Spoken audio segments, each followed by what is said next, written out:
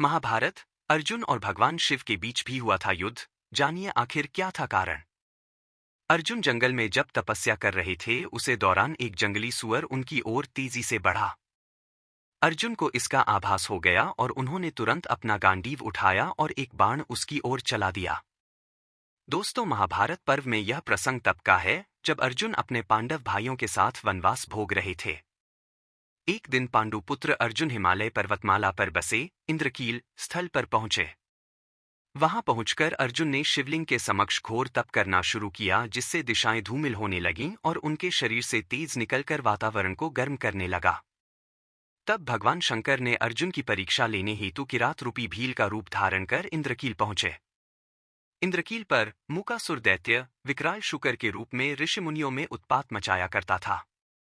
शिव के इंद्रकील पर पहुंचते ही शुकर ने इंद्रकील पर उत्पात मचाना शुरू कर दिया, जिससे ऋषिमुनियों में हड़कंप मच गया, जिससे अर्जुन का ध्यान भंग हो गया। जिस पर किरात भेषधारी शिव और अर्जुन दोनों ने शुकर पर बाण चला दिए।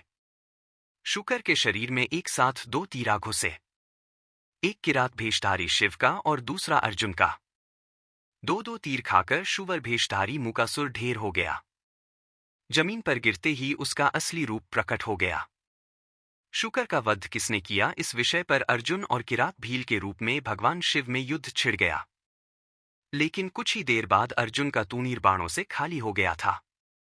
अर्जुन के बाणों को किरात ने काट डाला था तथा किरात को खरोंच तक नहीं लगी थी। अर्जुन ने तलवार से किरात के सिर पर हमला किया, जिससे अर्जुन की तलवार टूट गई।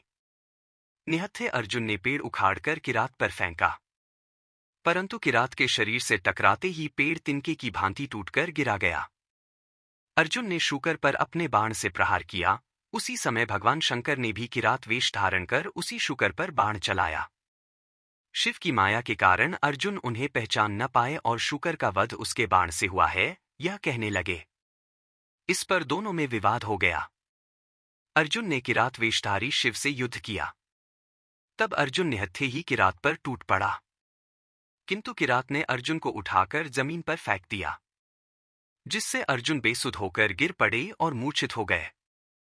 होश आने पर अर्जुन ने वहीं रेत का शिवलिंग बनाकर शिव पूजन प्रारंभ किया, जिससे अर्जुन के शरीर में नई शक्ति आ गई तथा अर्जुन ने उठकर फिर से किरात को ललकारा। परंतु जैसे ही अर्जुन की नजर किरात के गले में पड़ी फूलमाला पर पड़ी, वह स्तब्ध होकर खड़े के खड़े रह गए, क्योंकि यही फूलमाला तो अर्जुन ने शिवलिंग पर चढ़ाई थी। यह देखकर अर्जुन समझ गए कि भील के रूप में कोई और नहीं, स्वयं भगवान भोलेनाथ है। अर्जुन किरात के चरणों में गिर पड़े और अपने अश्रुओं से शिव के चरण धोकर उनसे क्षमा मांगी।